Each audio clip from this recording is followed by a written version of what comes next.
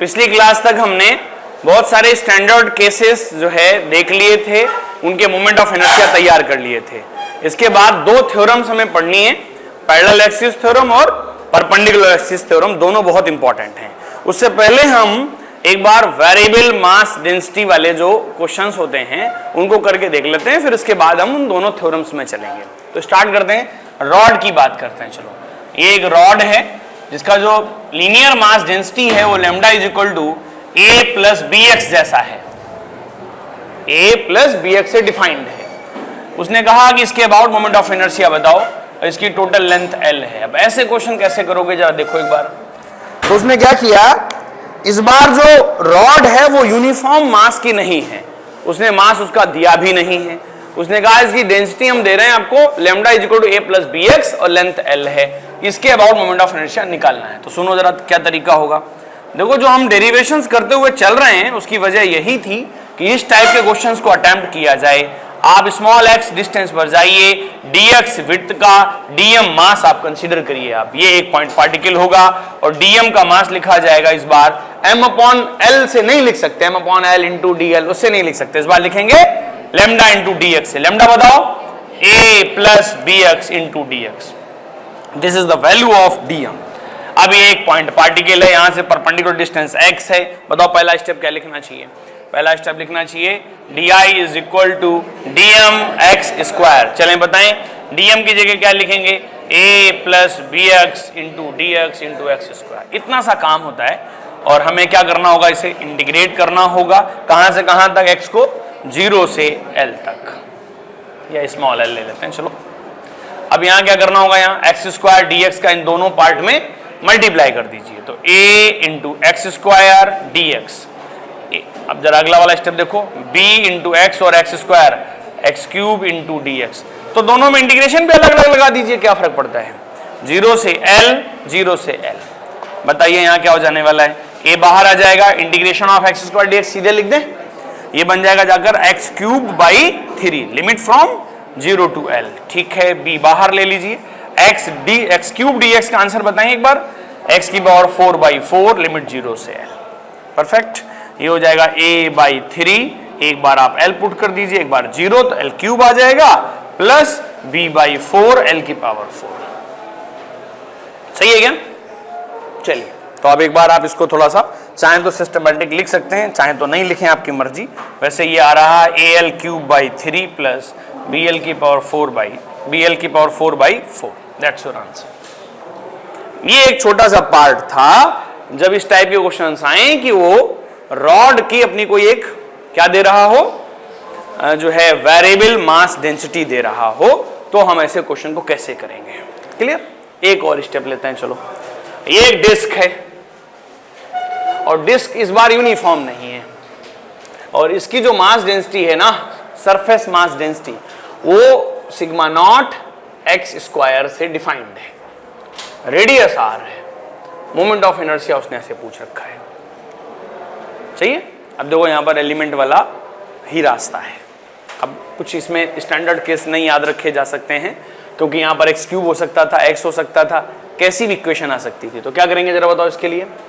आपने ये जो डिस्क है ना, इसमें स्मॉल एक्स डिस्टेंस पर गए और आपने क्या ले ली, एक थिन सी रिंग ले ली है, ठीक है, और ये आपका dx है। ओके, यहाँ पर जरा बताना इस जगह पर मास डेंसिटी कितनी आएगी, sigma is equal to sigma naught x square, इसमें x रखने पर ही तो आएगी, तो हमने x पुट कर दिया है। आपको अभी केवल रिंग से मतलब है। बताओ, रिंग जो एक एलिमेंट है इस समय, उसका मोमेंट ऑफ इनर्शिया कितना लिखोगे आप, di is equal to dm x square, dm x square.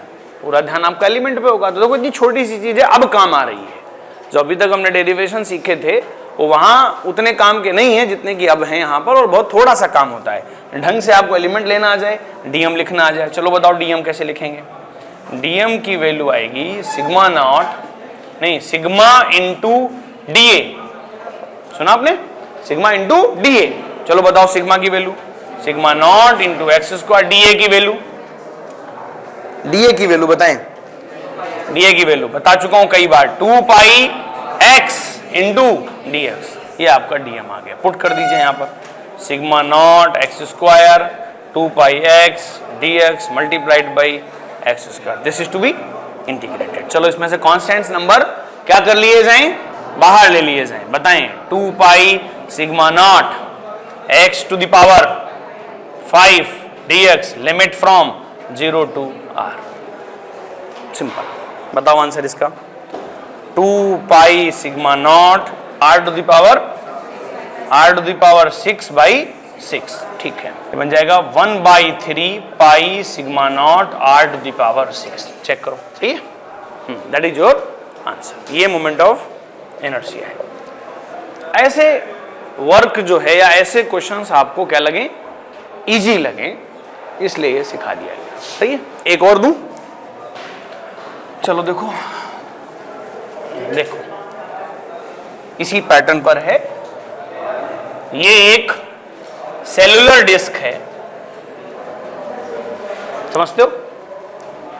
Cellular disc में इनर रेडियस r1 है और आउटर रेडियस r2, मास m है, मोमेंट ऑफ इनर्शिया बताना है। बता सकते हो कैसे करेंगे, थोड़ा ऐसे ही बता दो प्रोसेस।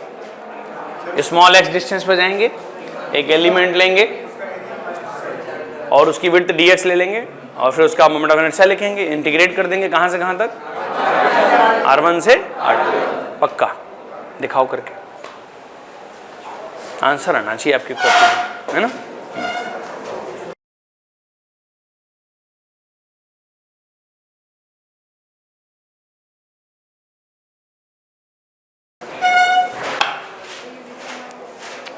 मास मैंने कैपिटल M दे दिया ना, तो कैपिटल M मैंने मास दे दिया और यूनिफॉर्म डिस्ट्रीब्यूटेड है, यूनिफॉर्म डिस्ट्रीब्यूटेड है, ये भी मैंने बता दिया है। 1.5 से 2 मिनट हैं आपके पास, इतने में करें। तो चलिए इसके डिस्कशन की बात करते हैं। यहां से स्मॉल x डिस्टेंस पर एक एलिमेंट लेंगे, वो एलिमेंट एक रिंग होगा, dx उसकी विड्थ होगी ये,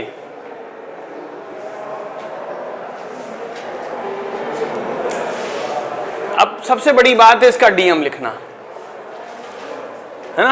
इस पूरे चैप्टर में हमने dm को भी सिखाया है कैसे लिखा जाता है, total mass divide by total portion. अब पूरे पोर्शन की बात करें अगर, तो इसमें ये सेलुलर डिस्क है जिसमें यहां मास है यहां नहीं है, तो अब इतना ये एरिया कैसे लिखा जाए, पूरे एरिया से इस एरिया को क्या कर देना था, सबट्रैक्ट कर देना था। इतना बड़ा भी काम नहीं था, क्या कर सकते थे आप, पाई r2 स्क्वायर से पाई r1 स्क्वायर क्या कर दीजिए, सबट्रैक्ट। तो total mass divide by total portion, कई लोग ये स्टेप नहीं ले पाए। Into required portion, required portion का मतलब फिर से इसका एरिया, वो तो तरीका वही, उसको कट करो और सीधा करो, फिर से बताओ 2 पाई x इंटू dm लिखना, dm नहीं लिख पाना यहाँ एक सबसे बड़ा स्टेप था, सबसे बड़ी गलती थी, सही से dm नहीं लिख पाना। क्लियर। अब dm एक क्या है, रिंग है, एक एलिमेंट है, बताओ di कितना लिखोगे, dm x स्क्वायर, बस सिंपल। चलो उठाओ यहां से, ये पाई यहां से कॉमन लेकर क्या कर देंगे आप, कैंसिल।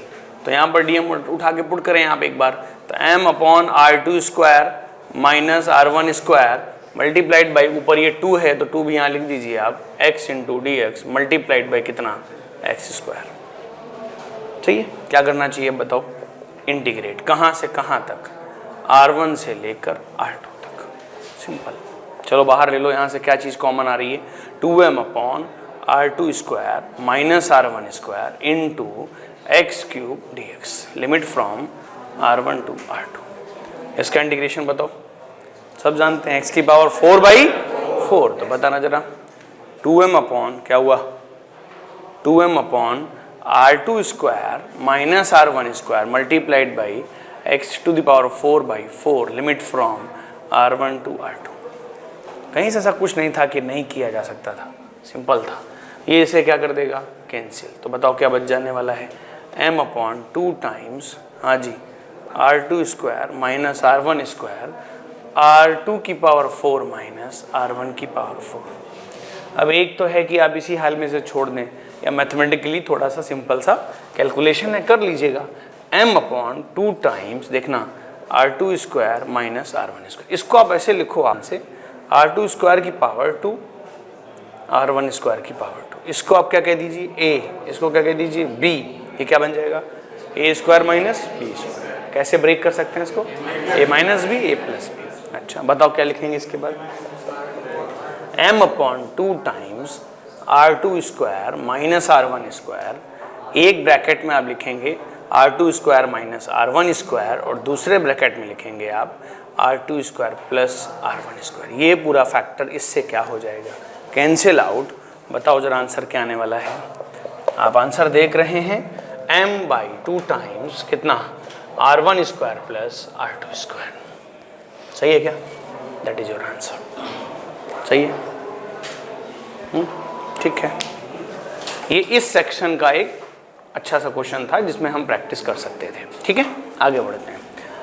तो मैं इसे रफ करता हूं और स्टार्ट करता हूं parallel and perpendicular axis theorem. चलो सिखाता हूं, देखो। तो बात करते हैं पैरेलल एक्सिस थ्योरम और परपेंडिकुलर एक्सिस थ्योरम की। जरा सुनना ध्यान से, कोई 5-5, 10-10 मिनट लगेंगे इनको सुनने में, है ना। सीखने में खूब लंबा वक्त लग जाता है। ये कोई भी बॉडी हो सकती है 2D और 3D, है ना, फॉर एनी बॉडी। वैसे तो एनी बॉडी में सब कुछ आ जाता है, अब किसी भी तरह की बॉडी हो सकती है।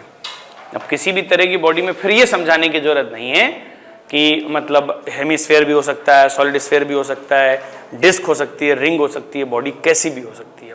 कह दिया कोई भी बॉडी हो सकती है। कोई भी बॉडी का मतलब कोई भी बॉडी, ध्यान रहेगा। इसके बाद भी मैं आपसे पूछूं कि रॉड के लिए लगा सकते हैं, आप आंसर दे दोगे। फिर मैं पूछूं आपसे कोन के लिए लगा सकते हैं क्या, तो वहाँ कई लोग सोचने लग जाएंगे। तो उनको ऐसा लगेगा कि कोई भी बॉडी में वो शायद नहीं आती होगी, है ना। कौन आता है कि नहीं आता है पता नहीं। मैं कह रहा हूँ फॉर एनी बॉडी, कुछ भी हो कोई फर्क नहीं पड़ता है। इसका अपना एक सेंटर ऑफ मास होता है, हर बॉडी का।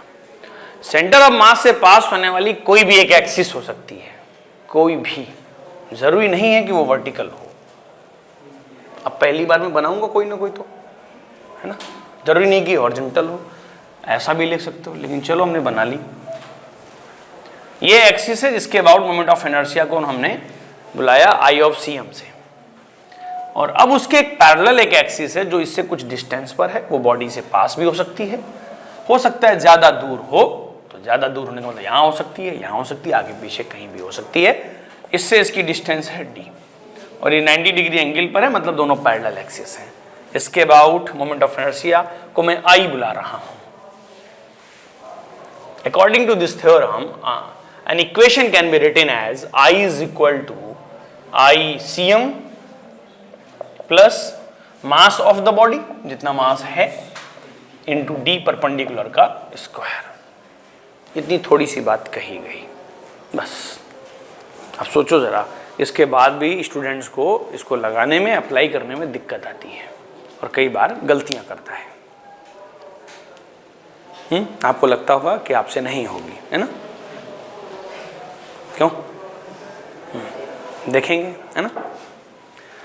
और मैं इसको क्लियर करता हूं ताकि नहीं ही हो तो अच्छा है।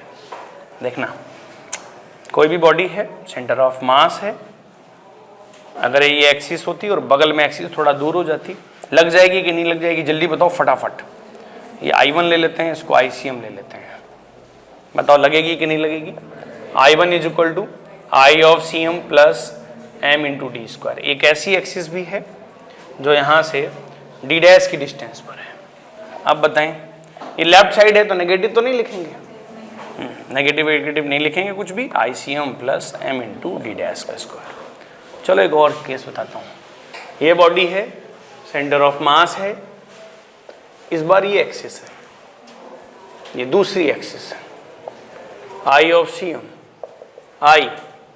चलो बताओ इनके बीच की डिस्टेंस d ले लो या स्मॉल r ले लो, लग जाएगी नहीं लग जाएगी? I is equal to I of C M plus M R square. एक और केस, ये सेंटर ऑफ मास है, इससे ऐसी कोई एक एक्सिस जा रही है, दूसरी एक्सिस यूं है, एक और एक्सिस ये है, ये डिस्टेंस d2 है, ये डिस्टेंस d1 है, ये आपका आई ऑफ सी एम है। लग जाएगी? लग जाएगी। बताओ कितना लिखें हम? इसके अबाउट I1, इसके अबाउट I2। चलें बताएं, I1 की वैल्यू बताएं। I of C M plus M into d1 square. I of 2 is equal to I of C M plus M into d2 square. Clear? सुना आपने? इसके बाद भी गलती होने के आखिर क्या चांस रहते होंगे? मैं तो गलती भी बता देता हूं आपको, तुम उसके बाद बचा ले जाना। सही है? चलो सुनो, कईयों को लग रहा होगा कि ऐसा कैसे पॉसिबल है ना। देखो, दो एक्सिस हैं, ये पॉइंट ऑरिजिन है, इसके about moment of inertia I naught है, ये आई है, इनके बीच की डिस्टेंस गिवन है डी परपेंडिकुलर। इक्वेशन लिखी गई I is equal to I naught plus M D square. क्या इक्वेशन सही है? नहीं सही है, क्योंकि अपने को अभी ये नहीं पता कि सेंटर ऑफ मास कहाँ है। ऑरिजिन से भले ही एक्सिस जा रही है, लेकिन ऑरिजिन से पास होना और सेंटर ऑफ मास से पास होने में डिफरेंस आ सकता है, हो सकता है ऑरिजिन पॉइंट एक सेंटर ऑफ मास ना हो। एक तो ये गलती होने के चांस है कि हम इस थ्योरम को इस तरह से तैयार कर लेते हैं कि पैरेलल अगर हैं तो लगाने में देर नहीं करते हैं, पैरेलल हैं केवल बस। और बच के कितना रहना है कि उन दोनों में से कोई एक एक्सिस किससे पास हो, सेंटर ऑफ मास से पास हो, तो उनके बीच में लग जाती है। इतना बचना है केवल कि जैसे अगर ऐसा हो, दो तरह से कर सकते हो आप कि ये सेंटर ऑफ मास है ना, ये सेंटर ऑफ मास, एक एक्सिस यूं जा रही है, एक एक्सिस यूं जा रही है, इसका नाम है आई, है ना, और इसका नाम है आई नॉट। ऐसे जनरली होना चाहिए। तो इन दोनों में से कोई भी डेटा पता हो सकता है। तो आप आई इज इक्वल टू क्या सीख चुके हो, आई नॉट एम डी स्क्वायर, अगर इनके बीच की डिस्टेंस क्या है डी। अब इसको आप ऐसे भी लिख सकते हो, आई नॉट इज इक्वल टू, इसको उधर लेकर के जाओ, आई माइनस एम डी स्क्वायर। अब इन दोनों में से अगर मान लो ये नोन है, ये अननोन है, तो ये फॉर्मूला लगा लो। वैसे तो कोई भी लगाओ, क्या फर्क पड़ता है ना। और चाहो तो आप इसको ऐसे भी लिख सकते हो। क्लियर? तो ये दो गलतियां होने के चांस हैं। ये भी बहुत माइनर सी मिस्टेक है और ये भी एक छोटी सी ही गलती होने के चांस हैं। पैरेलल एक्सिस थ्योरम कंप्लीट, इतना ही सुनना होता है। बाकी इसको एप्लीकेशन में लेने में खूब सारी प्रैक्टिस है, लेकिन कॉन्सेप्ट केवल इतना है। कोई भी बॉडी हो सकती है, एक एक्सिस जो सेंटर ऑफ मास से पास होगी, दूसरी एक्सिस जो उसके पैरेलल होगी। हम उन दोनों के बीच में एक रिलेशनशिप लिखते हैं मोमेंट ऑफ इनर्शिया को लेकर के। सही है?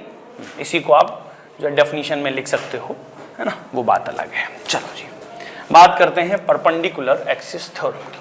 फिर इन दोनों का हम अच्छे से एप्लीकेशन करते हैं, है ना। चलो जी देखते हैं। परपेंडिकुलर एक्सिस थ्योरम में कहा गया ओनली फॉर 2D बॉडी। बताओ इसका क्या मतलब है?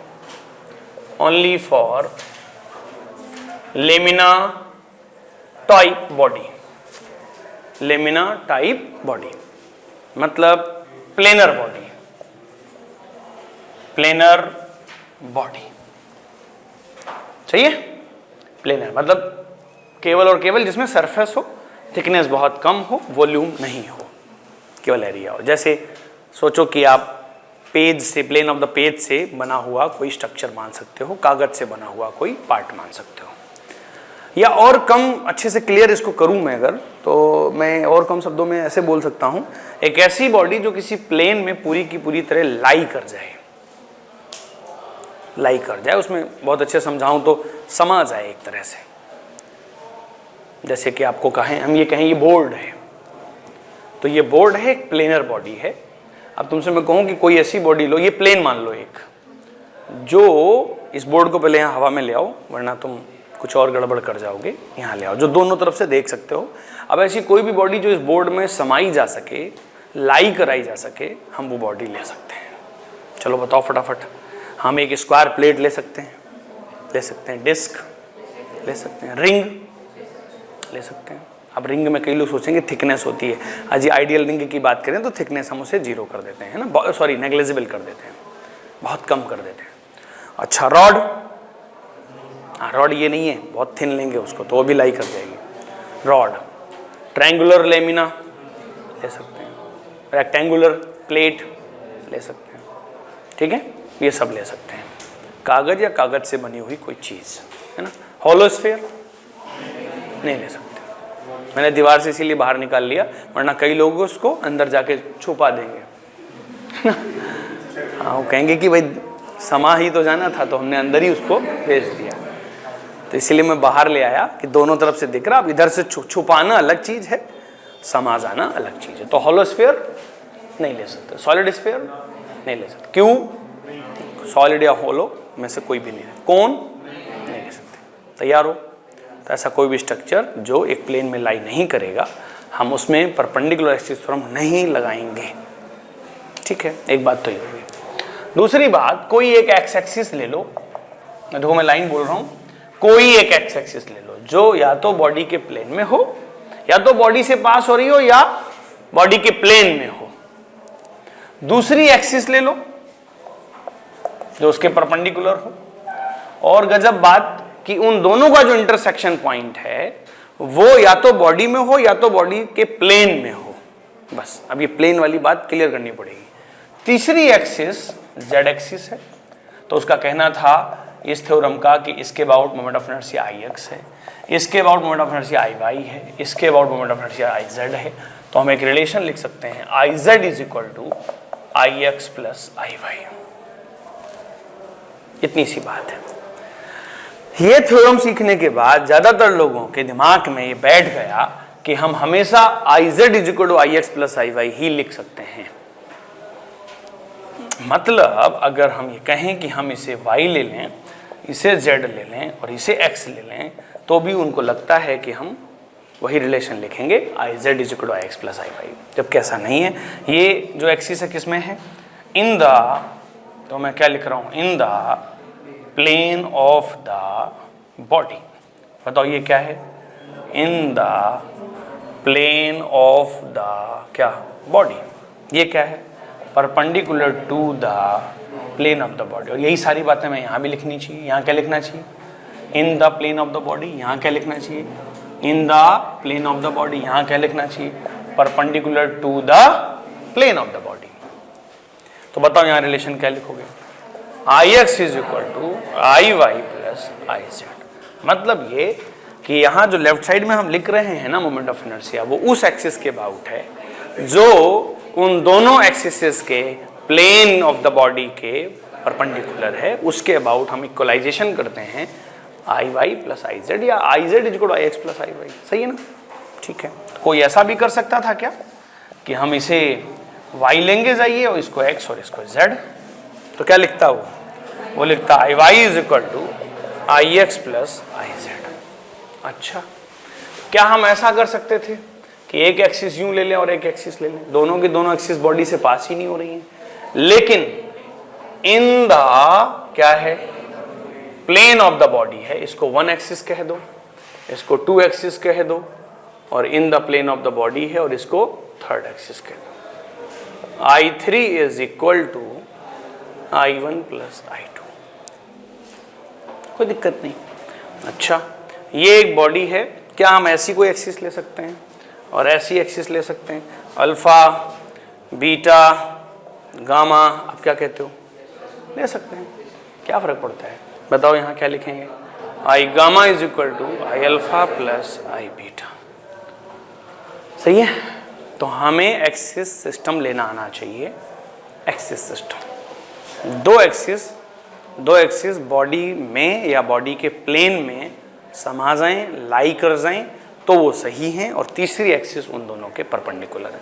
मतलब इन तीनों का इंटरसेक्शन पॉइंट ओरिजिन या तो बॉडी के प्लेन में हो या बॉडी में हो, बॉडी में हो या बॉडी के प्लेन में हो, जिसमें यह भी जरूरी है कि दो एक्सिस क्या हो, प्लेन में लाई कर रही हो। मैं समझाता हूं और अच्छे से। एक मुझे थोड़ा सा कागज दो, है ना, या शीट दे दो, चलो आओ देखो, ये बॉडी है और इस बॉडी में हमने क्या किया, एक पेन लाओ जरा, पेन पेन पेन, हाँ दिखाओ, ये एक एक्सिस हमने ले ली है। तो क्या एक्स एक्सिस सही ली गई है? सही ली गई है। अब वाई एक्सिस तो परपेंडिकुलर लेना मजबूरी हो गई, ये ले लो। और जेड एक्सिस कैसी होगी बताओ, पेन एक और लाओ भाई, ये इसके जस्ट परपेंडिकुलर, चलेगा? चलेगा, सही है। अच्छा, अब अगर कोई कहता है कि नहीं हम तो एक्स एक्सिस थोड़ा एंगल पे लेंगे ऐसे, और ये वाई एक्सिस लेंगे, अब चलेगा? चलेगा, क्या फर्क पड़ता है। हम एक्स एक्सिस यूं लेंगे, यहाँ लेंगे, ऑरिजिन कहीं भी ले सकते हो, कैसा भी ले सकते हो, बस दोनों क्या होनी चाहिए, परपेंडिकुलर, पक्का ना, और दोनों क्या हो, प्लेन में लाई करें। ठीक है, चलो समझ गए आप लोग, है ना। मैं एक क्वेश्चन पूछ लूँ, चलो अब देखो, जिससे पूछूंगा वही आंसर देगा। ये बॉडी है, ठीक है, रेक्टेंगुलर प्लेट, यहां पर मैंने ऑरिजिन लिया है और ये एक्स एक्सिस मैंने बनाई है, ये जो इसके क्या है, बिल्कुल पैरेलल है, और ये वाली क्या है, वाई एक्सिस है, और जेड एक्सिस कहाँ होगी, इसके परपेंडिकुलर, आप यूं मान सकते हो, ऐसे, ये, ठीक है। चलो ये कॉन्फ़िगरेशन ले रहा हूं मैं आपको, ये बॉडी है, ये एक्स एक्सिस है, ये वाई है, ऊपर वाली है, और ये कौन है, जेड है। जेड वाली एक्सिस क्या है, इसके परपेंडिकुलर, ये बॉडी है। क्लियर? क्या हम इस एक्सिस सिस्टम के साथ I Z is equal to, जो येलो कलर का पेन है, I Z is equal to I x plus I Y लिख सकते हैं या नहीं? मैं जिससे पूछूं वो जवाब देगा, सही है, परफेक्ट। ये बिल्कुल क्या है, इसके पैरेलल है, और ये इसके पैरेलल है। चलो बताओ, कितने लोग बताने की स्थिति में हैं कि उनके पास आंसर है कि हाँ ले सकते हैं? कितने लोग कह रहे हैं नहीं ले सकते हैं? सोच समझ के आंसर दो। जब ये हमने बॉडी ली और इसमें हमने जब एक्स एक्सिस लिया यहाँ पर, तो एक्स एक्सिस इसके पैरेलल है। पैरेलल होने में और लाई कर जाने में फर्क होता है। बच्चा कई बार इसको एक ही बात समझता है, कितना भी बार बोला जाए लाई कर जाना, समा जाना, लेकिन वो इसको इससे मैच करा ही देता है। इसलिए आप में से कुछ लोगों ने आंसर बोल दिया कि ले सकते हैं। एक्स एक्सिस इस समय पैरेलल है, बॉडी के प्लेन में नहीं है। बॉडी का प्लेन कौन सा है? ये पूरा ऊपर, ये नीचे, ये क्या ये पेन जो है इस बॉडी के प्लेन में लाई कर रहा है? नहीं कर रहा है ना। वाई एक्सिस भी पैरेलल है, पैरेलल होना अलग बात है और लाई कर देना अलग बात है, ये भी नहीं कर रहा है। जेड एक्सिस अकेले परपेंडिकुलर, उससे क्या होने वाला है? That means we can't take, हम नहीं ले सकते। सुना? क्योंकि ये पैरेलल है, पैरेलल नहीं बात हो रही है। यहां पर आ जाओ, अब ले सकते हैं। ये तो वही बात हो गई, इस बोर्ड पर हम काम कर रहे हैं तो हम क्या कर सकते हैं, क्या यहाँ हवा में ये एक्स एक्सिस और ये वाई एक्सिस लेकर के और एक जेड एक्सिस हम इसके परपेंडिकुलर लेकर के वर्किंग कर सकते हैं क्या? नहीं कर सकते। हाँ, अगर अभी मैं इसको जाके इसमें ले लूँ तो इसी बोर्ड में यहाँ एक्स एक्सिस अब और ये वाई एक्सिस, हाँ ले सकते हैं। जेड एक्सिस के परपेंडिकुलर ले लो, खत्म। ऐसे ले सकते हैं, हाँ ले सकते हैं। यहाँ ले सकते हैं, ले सकते हैं, कहीं भी ले सकते हैं। अच्छा चलो बोर्ड में ना सही, यहाँ ले सकते हैं, यहाँ ले सकते हैं, ले सकते हैं, यहाँ ले सकते हैं, ले सकते हैं। अच्छा चलो इस कोने पे सही, इसके नीचे यहाँ एक्स एक्सिस और ये वाई एक्सिस ले सकते हैं, ले सकते हैं। बोर्ड में लो या बोर्ड के प्लेन में लो, दो एक्सिस को समा जाना चाहिए था। तो कैसे आपने यहाँ गलती कर दी कुछ लोगों ने? ये एक्स एक्सिस यहाँ थी, बॉडी यहाँ थी, वो उसके पैरेलल थी, फिर भी आपने उसे ओके कर दिया, तो वो उसके पैरेलल थी। अब बात समझ में आ गई? तो दो एक्सिस क्या होनी चाहिए? उस प्लेन में लाई कर जाना चाहिए। इतनी सी बात थी कहां? परपेंडिकुलर एक्सिस थ्योरम में। इतना यदि तुमको सोचना आ गया तो तुम बहुत अच्छे से इसको अप्लाइड कर पाओगे और गलती भी नहीं करोगे, है ना। चलो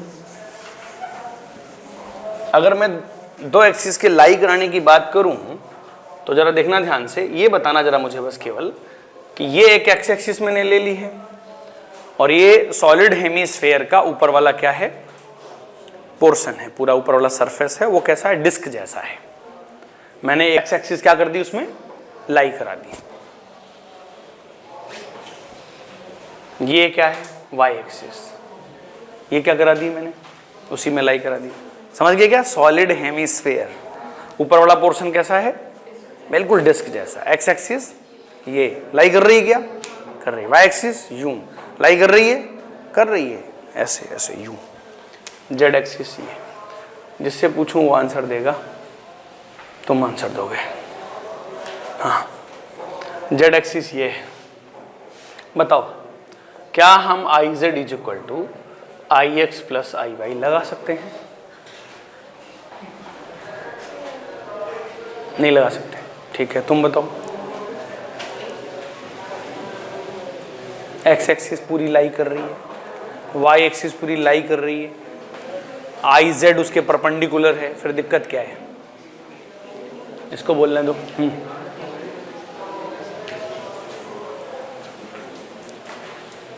यहाँ लाई करने वाला तो मामला बैठ गया, कुछ और गड़बड़ है ना? हाँ, यहाँ पर बॉडी 2D नहीं है, 3D स्ट्रक्चर्ड है, इसलिए हम ये थ्योरम अप्लाई नहीं कर सकते। आप X axis Y axis Z axis ले लो, लेने को कौन मना कर रहा है, वहां तक तो छूट है, लेकिन ये रिलेशन नहीं लिख सकते। क्लियर, तैयार है। तो इसमें भी कई बार हम कंफ्यूज हो जाते हैं, तो दो एक्सिस वो लाई कर जाती हैं, तो स्टूडेंट को लगता है कि भाई अब तो लगा दो, तीसरी परपेंडिकुलर भी है, तो बॉडी का कुछ हिस्सा ही सही मैचिंग हो जाती है। जैसे यहाँ सिलेंडर, तो सॉलिड सिलेंडर ले लो और फिर यहाँ एक एक्स एक्सिस बना लो, फिर एक वाई एक्सिस ऐसे बना लो, एक जेड एक्सिस बना लो, तो ऐसा फिर लगता है यहाँ भी लग जाएगी शायद, तो नहीं लगने वाली है, क्योंकि बॉडी क्या है, ये 3D स्ट्रक्चर्ड बॉडी है। तो उसमें तो कसम ही खा लेनी है कि 2D स्ट्रक्चर्ड बॉडी में ही केवल लगनी है। दोनों थ्योरम मैंने सिखा दी है। स्टार्ट करते हैं इसका एप्लीकेशन, क्यों, और ये भी काफी अच्छी जर्नी है। चलो शुरू करते हैं। पहला केस वो करते हैं जो हमें पता है, और उसके बाद फिर आगे के केस देखेंगे। बताओ, ml²/12, ये हमको पता था, वैसे पता तो ये भी है, लेकिन सोचो कि नहीं पता है ना? हाँ, चलो, ये डिस्टेंस कितना, L/2। ये कौन है, सेंटर ऑफ मास, ये है A, ये है B। क्या हम पैरेलल एक्सिस थ्योरम लगा सकते हैं? लगा सकते हैं। आई पूछा गया है, चलो बताओ answer. I is equal to ICM plus M into L/2 का होल स्क्वायर। बताओ यहाँ क्या लिखना चाहिए, ml²/12 प्लस ml²/4। बताएं यहाँ पर एलसीएम कितना ले लें, 12, यहाँ कितना जाएगा 4 ml², दैट्स बिकम ml²/3। तो हमें आंसर हालांकि पहले से पता था, लेकिन हमने पैरेलल एक्सिस थ्योरम का एप्लीकेशन देख लिया। अब इससे फायदा क्या हुआ, हम पिछले बार हर बार इंटीग्रेशन किया करते थे, अब आपसे वो कहे कि ये सेंटर ऑफ मास है, इसके अबाउट तो हमको आंसर याद ही रहता है, और आपसे पूछे कि ये जो डिस्टेंस है वो L/4, L/6 ऐसे कुछ भी दे दे, वो इधर दे दे उधर दे दे, और वो क्या पूछे, आई पूछे। तो ऐसी कोई भी एक्सिस जो लेंथ के क्या हो, परपेंडिकुलर हो, और उसकी हमें सेंटर ऑफ मास से क्या पता हो, डिस्टेंस पता हो। अब कई बार थोड़ी बदतमीजी कर देता है वो, ये वाली लेंथ दे दे L/6, तो ये वाली यार निकालना कोई इतना बड़ा काम है क्या? अजी L/2 से L/6 सब्ट्रैक्ट कर दो, निकल आएगा। क्या कर देंगे अपन, I is equal to I of CM plus M into D², जहाँ ये क्या है D, और D की वैल्यू कितनी लिखी जाएगी जरा बताएं, L/2 माइनस L/6। परफेक्ट। तो नेक्स्ट क्लास में हम लोग पैरेलल और परपेंडिकुलर एक्सिस थ्योरम से रिलेटेड पूरी की पूरी एप्लीकेशंस लगभग खत्म कर देंगे। सही है, आज के लिए इतना काफी है। Okay, thank you.